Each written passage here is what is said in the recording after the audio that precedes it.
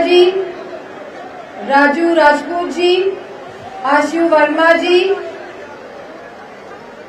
शुभम जाटव जी, राफी मंसूरी जी, रफक कुरैशी जी, श्रीमती जूही सिंह जी, श्रीमती रिभू श्रीवास्तव जी, हमारी ज्योति मैसी जी, महाराज सिंह साठिया जी और मंच पे उपस्थित सभी सम्मानित नेतागण और छोटे मंच पे उपस्थित सभी सम्मानित नेतागण, कार्यकर्ता, हमारे सेक्टर प्रभारी, सह सेक्टर प्रभारी, बूथ प्रभारी और सभी आज इस सभा में आए हुए आदरणीय बुजुर्गजन, माताएं, बहनें और हमारे सभी युवा साथी,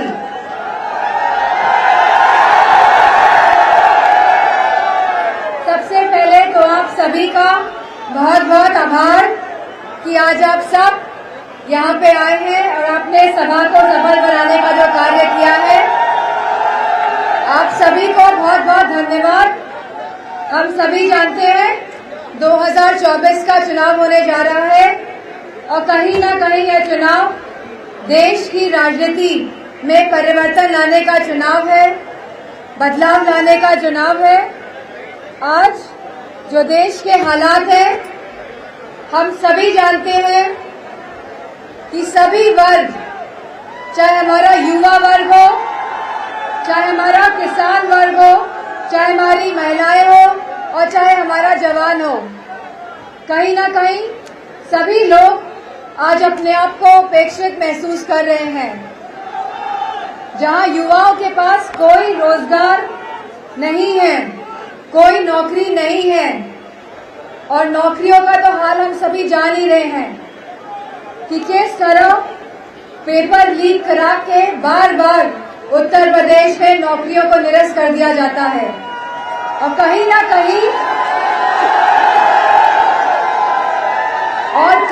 कहीं यह एक षड्यंत्र के तहत किया जा रहा है, क्योंकि आप सब अगर नौकरी पा जाएंगे तो कहीं ना कहीं आरक्षण को भी लागू करना पड़ेगा।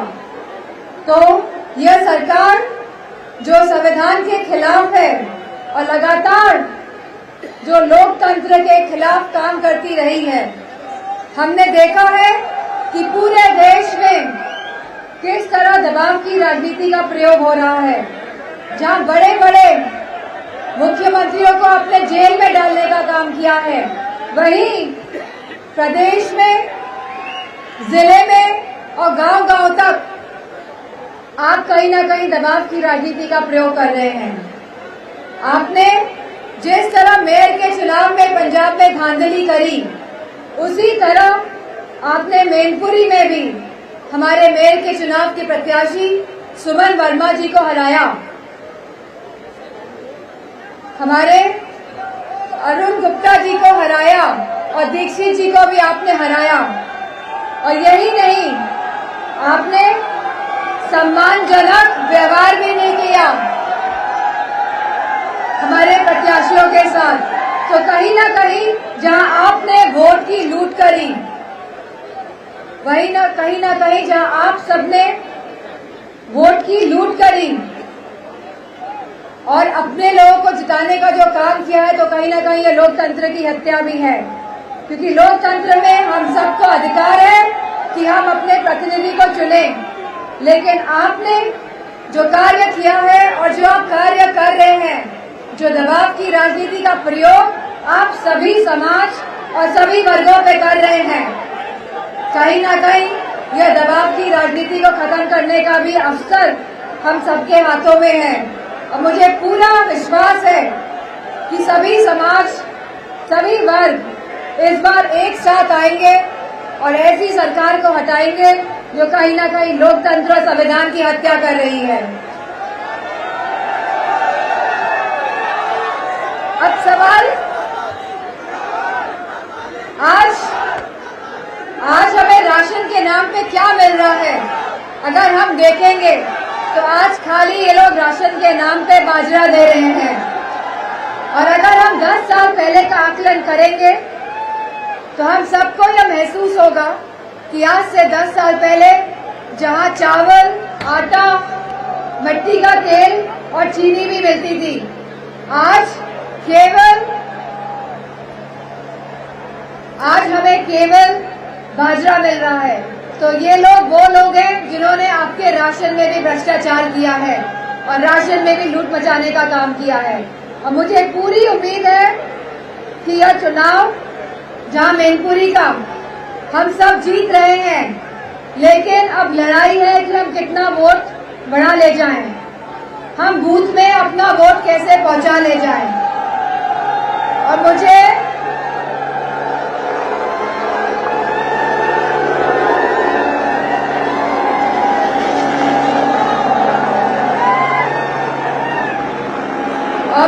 पूरा भरोसा है कि आपके सहयोग से, आपके साथ से मैनपुरी को भारी मतों से जीत ही रहे हैं। जीत रहे हैं कि नहीं जीत रहे हैं? जैसा हमारे पूर्व विधायक जी ने कहा कि कन्नौज ज्यादा वोटों से जिताएंगे या मैनपुरी?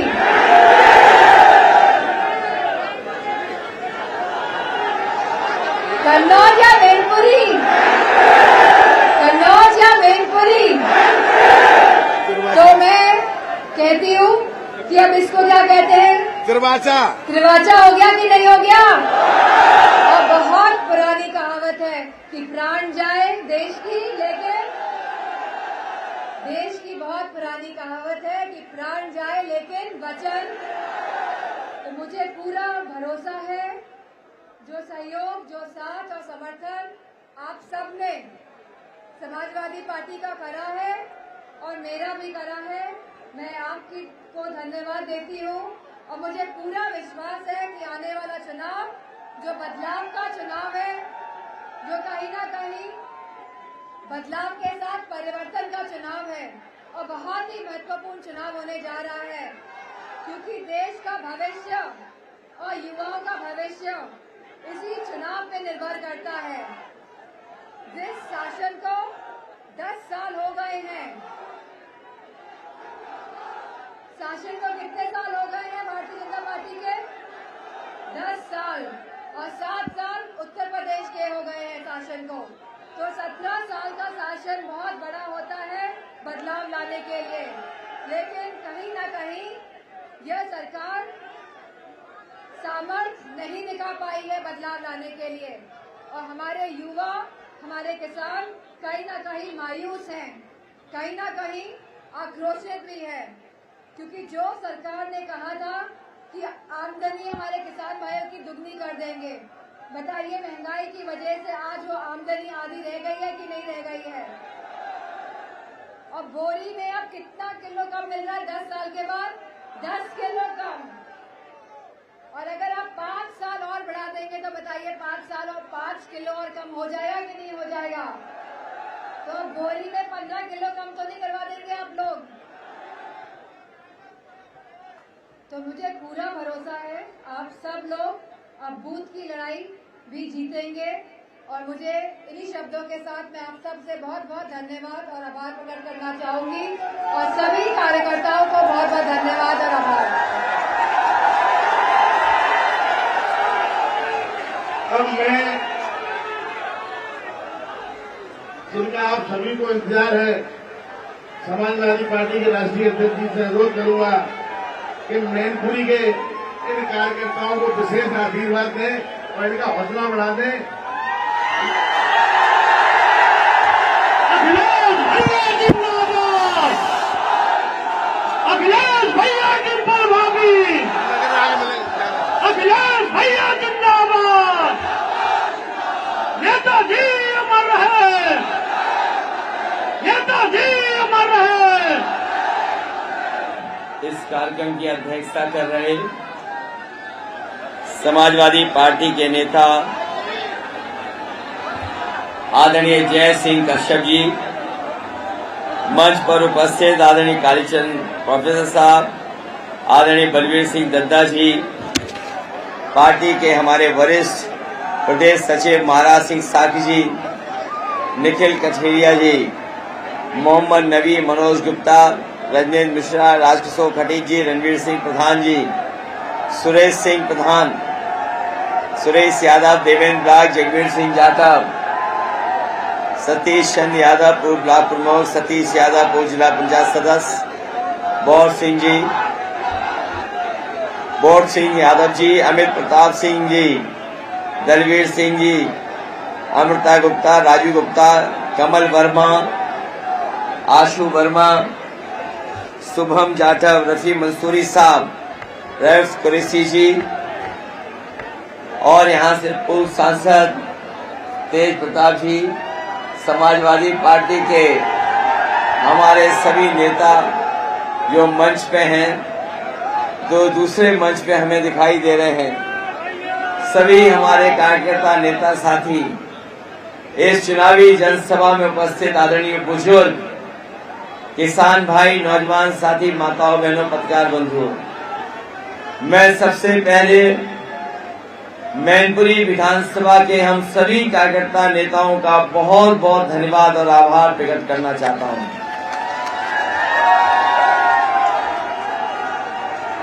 ये 2024 के लोकसभा का चुनाव, ये चुनाव न केवल हमारा आपका चुनाव है, बल्कि आने वाली पीढ़ियों का चुनाव है। जिस तरीके से कभी समुद्र मंथन हुआ था, उसी तरीके से ये 2024 संविधान मंथन का चुनाव है।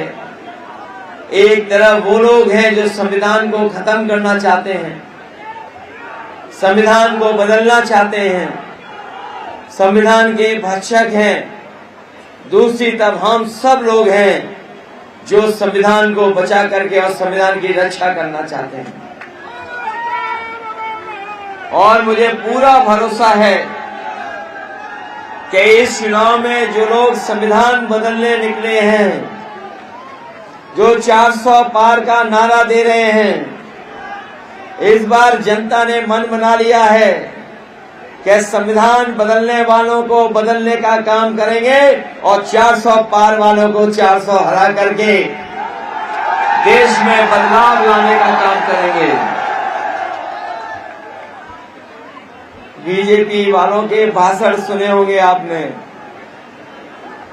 अब न जाने वो किस दिशा में जा रहे हैं। उनके भाषणों में जो बातें रखी जा रही हैं, वो आम जनता के दुख दर्द से उन्हें कोई लेना देना नहीं है।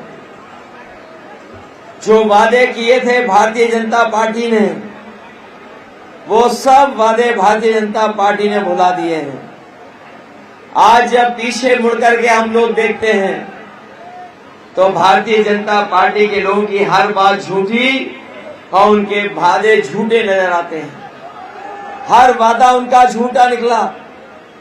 जो किसानों से कहा उन्होंने कि किसानों की आय दोगुनी हो जाएगी, यहाँ हमारे किसान भाई बैठे हैं, खेती करने वाले हैं, अपना खून पसीना बहा करके लागत को लगा करके खेती कर रहे हैं। इस महंगाई में भी डीजल पेट्रोल से लेकर के जरूरत सामान को खरीद करके महंगे बीज अपनी फसल तैयार करते हैं, लेकिन जब फसल की भाव लेने जाते हैं तो जिस सरकार ने आय दोगुनी की बात की थी, आज हमारे किसानों की पैदावार और खेती घाटे का सौदा हो गई है। जहां हमारे किसान दुखी हैं, उनकी पैदावार नहीं बढ़ा पा रही सरकार, न लाभ दे पा रही है। और एक समय याद होगा आपको, सरकार का 3 काले कानून लेकर के सरकार आई थी, और वो तीनों काले कानून ऐसे थे कि अगर किसानों के ऊपर वो तीनों काले कानून लागू हो गए होते तो हमारे किसानों की जमीन छिन जाती और पैदावार की जो कीमत मिलनी चाहिए थी, जो सरकारी एमएसपी, वो भी हमारे किसानों को नहीं मिलती। ये बड़े बड़े उद्योगपति, बड़े बड़े कारखाने चलाने वाले न केवल खेतों की तरफ देख रहे होते, बल्कि हमारी पैदावार की भी लूटने का काम करते हैं।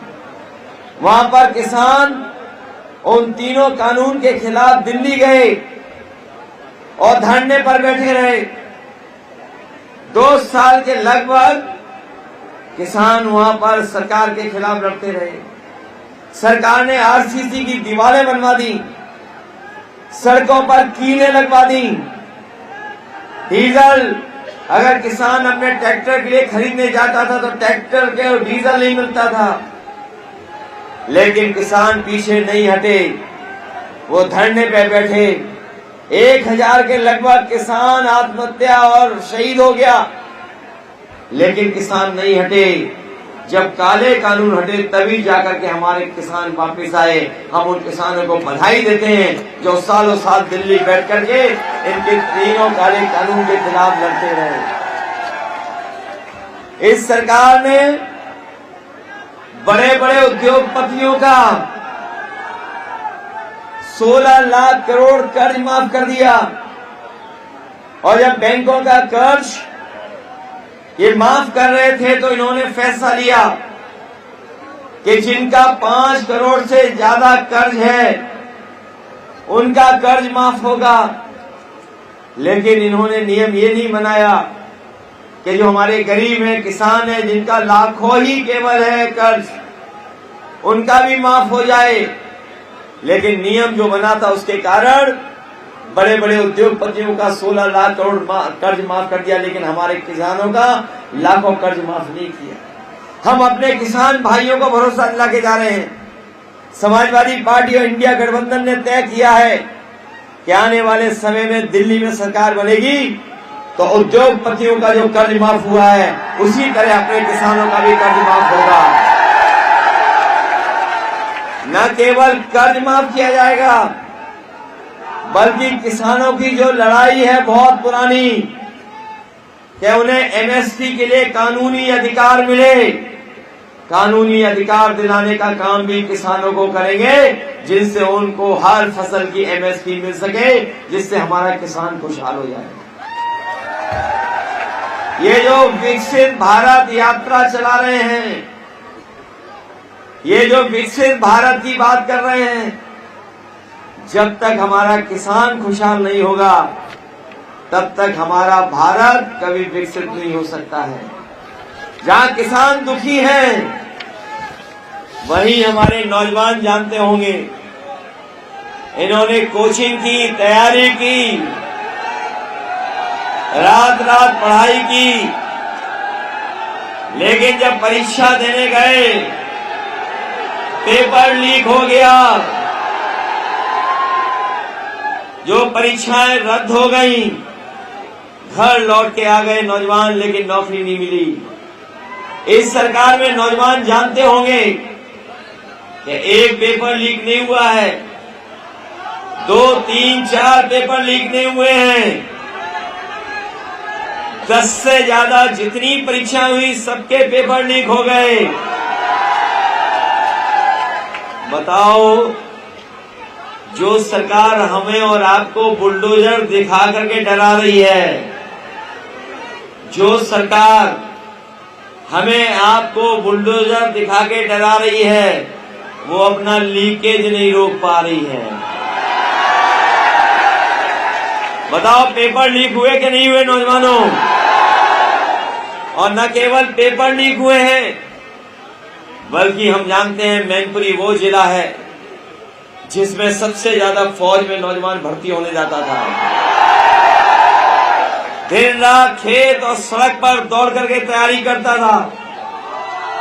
फौज की भर्ती कम कर दी, संख्या कम कर दी, और 4 साल की अग्निवीर नौकरी ले आए। हमारे तमाम किसान भाई जानते होंगे, कभी नेताजी ने फैसला लिया था कि अगर सीमा पर कोई भी जवान शहीद होगा तो उसको पूरा सम्मान दे करके उसके घर परिवार को आखिरी दर्शन करने का भी मौका मिलेगा। वो सम्मान अगर किसी ने दिलाया था तो नेताजी ने दिलाया था। लेकिन हमें दुख है इस बात का कि अग्निवीर अगर कहीं शहीद हो जाएगा, न उसका सरकार अंतिम दर्शन के लिए घर ले जाएगी, न उसको कोई सुविधा दे रहे हैं। शहीद होने पर जो सम्मान मिलता है वो भी नहीं देंगे। इसलिए अपने नौजवानों को कह के जा रहे हैं, 4 जून के बाद जो नई सरकार बनेगी जिसमें समाजवादी लोग शामिल होंगे, पहले ही दिन अग्निवीर व्यवस्था को खत्म करके पुरानी नौकरी जैसे थी फौज की पक्की नौकरी, पक्की वर्दी, वही हम अपने नौजवानों के लिए करेंगे। यही नहीं, जितनी भी सरकारी नौकरियां हैं 30 लाख के लगभग, उन सबको भरा जाएगा और आपको आरक्षण दे करके सबको हक और सम्मान दिलाया जाएगा। ये सरकार जो है और इसके मुख्यमंत्री सब उल्टा पुल्टा करते हैं। उत्तर प्रदेश के जो मुख्यमंत्री हैं सब उल्टा पुल्टा करते हैं और यहां तक उल्टा पुल्टा करते हैं कि सदन में ये कहते थे कि जो सूची निकलती है उसमें 46 में 56 यादव हो जाते हैं।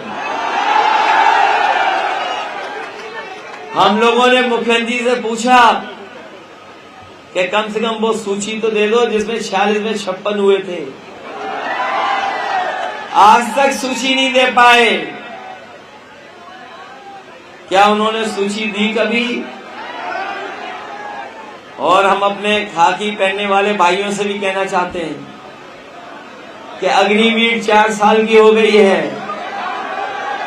बीजेपी वाले आ गए तो खाकी पहनने वाले भाइयों की भी 3 साल की नौकरी हो जाएगी। ये लोग कभी कभी सवाल पूछते हैं कि कैसे हो जाएगी। मैं इनसे पूछता हूं, बताओ आपको क्या अग्निवीर पता था? क्या अग्निवीर की नौकरी 4 साल की हो जाएगी किसी नौजवान को पता था क्या किसी नौजवान को यह पता था कि हवाई जहाज भेज देगी सरकार, एयरपोर्ट भेज देगी? क्या किसी को पता था? और यही नहीं, पानी के जहाज भी भेज दिए, बंदरगाह भी भेज दिया, टेलीफोन की कंपनी भी भेज दी, LIC भी भेज दिया और सब निजी हाथों में भेज दिया। किसी को पता था? GST लागू करके महंगाई कर देंगे, व्यापारियों को बर्बाद कर देंगे, क्या किसी को पता था? बताओ, किसी को पता था कि आधी रात नोट बंद कर देंगे? इसलिए अपने खाकी पहनने वाले भाइयों से कहना चाहते हैं, ये सरकार आ गई तो इनकी भी नौकरी आउटसोर्स पे 3 साल की हो जाएगी। कोई भरोसा है सरकार पे किसी को? बताओ, आपके खाद की बोरी से चोरी हुई क्या नहीं हुई? और ये चोरी इन्होंने कहां से सीखी है जानते हो आप? पार्ले जी के बिस्किट पैकेट से।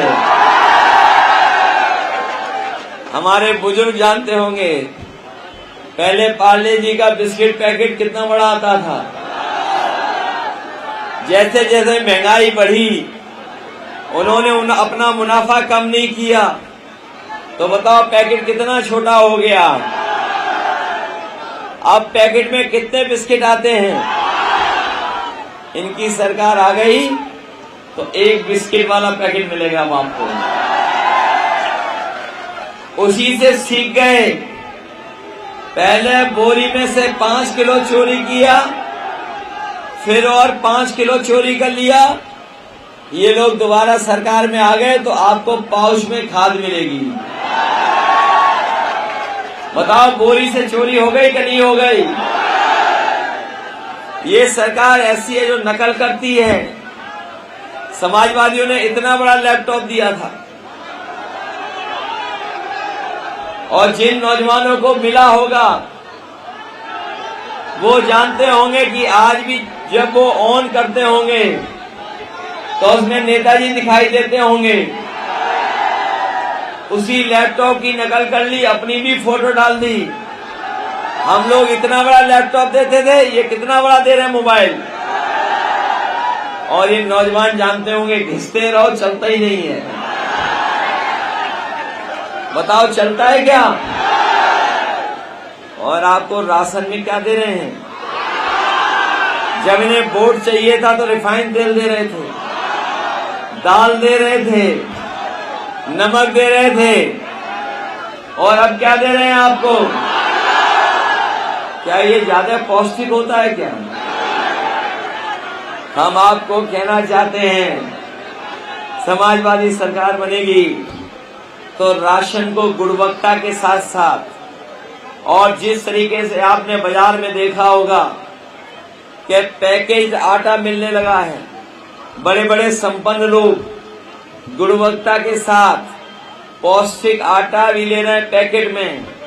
और हमारे बाबा रामदेव को भी देखा होगा आपने, योगा भूल करके आटा बेच रहे हैं। इसलिए गरीबों को हम कह के जा रहे हैं कि आपके राशन की गुणवत्ता बेहतर करेंगे और आपके स्वास्थ्य को बेहतर बनाने के लिए पौष्टिक आटा के साथ साथ डाटा फ्री दिलाने का काम भी करेंगे। और डाटा फ्री इसलिए क्योंकि सब मोबाइल उसी से चलता है, उसी से जानकारी मिल जाती है, उसी से जानकारी मिल जाती है। नौकरी का फॉर्म भी भरना पड़े तो उससे भर सकते हैं, दुनिया की जानकारी मिल जाती है, ऑनलाइन क्लासेस भी हो जाती हैं, ऑनलाइन ट्यूशन भी हो जाता है। और आपको याद होगा जिस समय कोरोना था, गरीब परिवार के बच्चों का 1 साल 2 साल खराब हो गया, लेकिन संपन्न लोगों के पास अच्छा मोबाइल था, लैपटॉप था, डाटा था, इसलिए उनके किसी बच्चे का साल नहीं खराब हुआ। हम अपने गरीब परिवार के लोग कह के जा रहे हैं, समाजवादियों ने जो व्यवस्था बनाई थी उस व्यवस्था के साथ साथ लैपटॉप के साथ साथ डाटा फ्री दिलाने का काम भी करेंगे। हम लोगों ने,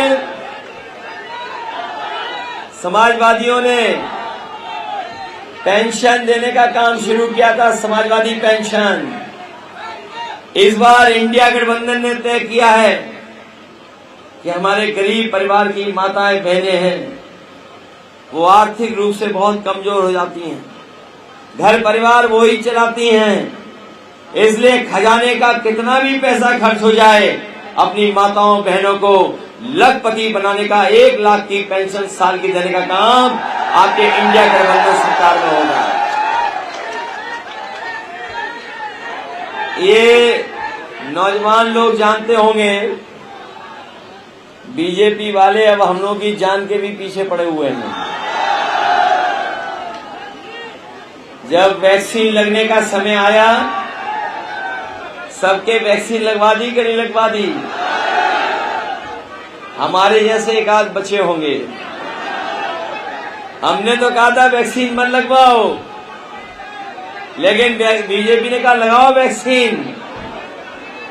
बताओ लगा दी वैक्सीन कि नहीं लगा दी सबके? और अब वैक्सीन के बारे में क्या खबर आ गई कि आपको खून की बीमारी और हार्ट अटैक भी होने की संभावनाएं बढ़ गई। इसलिए हम सरकार से कहना चाहते हैं इस मौके पर, जब आपने फ्री वैक्सीन लगवाई है तो हमारे गरीबों की फ्री जांच हो, फ्री ईसीजी हो, जिससे किसी का हार्ट गड़बड़ाए नहीं, उसको इलाज पहले ही मिल जाए। केवल इन्होंने वैक्सीन नहीं लगवाई, जिस कंपनी से वैक्सीन लगवाई उससे इन्होंने पैसा भी वसूल लिया। बताओ पैसा वसूला कि नहीं वसूला? इलेक्ट्रॉल बॉन्ड, चंदा वसूली की इन्होंने, पैसा वसूली की। 1000 करोड़ से लेकर के कई सौ करोड़ इन्होंने पैसे वसूल लिए, और उसका परिणाम यह कि आज हमें आपको महंगाई का सामना करना पड़ रहा है। आपके बुखार की गोली याद करो, दवाई जो आपके दवाई का पत्ता आता था, बताओ दवाई भी महंगी हो गई कि नहीं हो गई? बुखार की दवाई तो हुई है महंगी, पेट दर्द की दवाई तक महंगी कर दी इन्होंने। आप पता करो बाजार में 2014 में दवाई की कीमतें क्या थी और आज कीमत क्या है दवाइयों की। खाने पीने का सामान तो अलग है, लेकिन बताओ दवाइयां महंगी हो गई कि नहीं हो गई? दिल्ली वाले मुख्यमंत्री पे जो आरोप है वो दवाई की कंपनी का आरोप लगाया झूठा। क्या बीजेपी ने नहीं उनसे चंदा लिया? जो कहते थे न खाएंगे न खाने दें, और ऐसा खाया कि डकार भी नहीं आ रही है मुझे। बताओ, खाने के बाद डकार आई बीजेपी वालों को? इसलिए सावधान रहोगे कि नहीं रहोगे? सावधान। ये बुलडोजरों से तो नहीं घबरा जाओगे? ये बुलडोजर इसलिए दिखा रहे हैं कि ये सरकार बनी रहेगी तो जमीन कब्जा करेंगे। हमने सुना है पूरे मैनपुरी में और खासकर शहर में सबसे ज्यादा जमीनों का धंधा और कब्जा करने का काम अगर किसी ने किया तो बीजेपी ने किया है। इन्होंने दुख तकलीफ परेशानी दी है। ये लोग अच्छे दिन तो नहीं ला पाए, लेकिन समाजवादी लोग इनकी जमानत जब्त करके खुशियों के दिन लाने का काम करेंगे। बताओ, इन्हें हराओगे कि नहीं हराओगे? अब मैं कैसे कह दूं कन्नौज से ज्यादा वोटों से जिता दूं?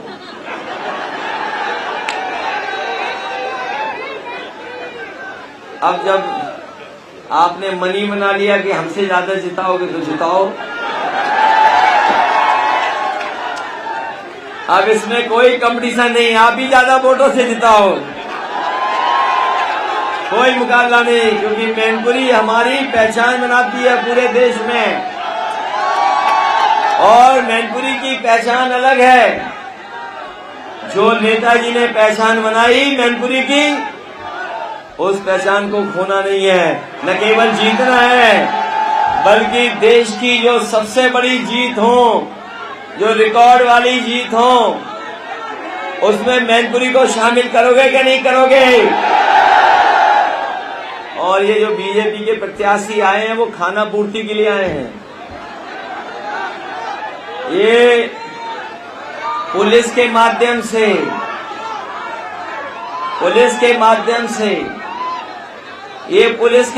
से बीजेपी के लोग दबाव बना रहे हैं। ये प्रशासन के माध्यम से दबाव बना रहे हैं। लेकिन ये खाकी वर्दी वाले समझ लें, पहचान लें कि उनकी 3 साल की नौकरी हो जाएगी, फिर आना हमारे संगी घूमना। 3 साल की नौकरी, और इनको तो जबरदस्ती वैक्सीन लगवाई गई है। जब ये अपना सर्टिफिकेट देखेंगे घर पर और उसमें फोटो दिखाई देगी उसकी, तो बताओ उसको गायब करने के लिए वोट डालेंगे साइकिल पे कि नहीं डालेंगे? ये लोग,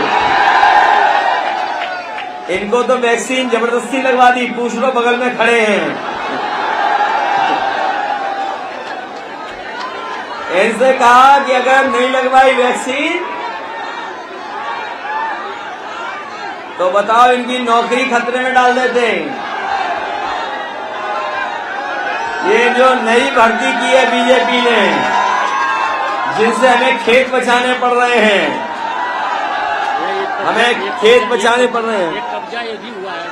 ये खेत बचाने पड़ रहे हैं और सड़कों पे भी वो ट्रैफिक का इंतजाम देख रहे हैं।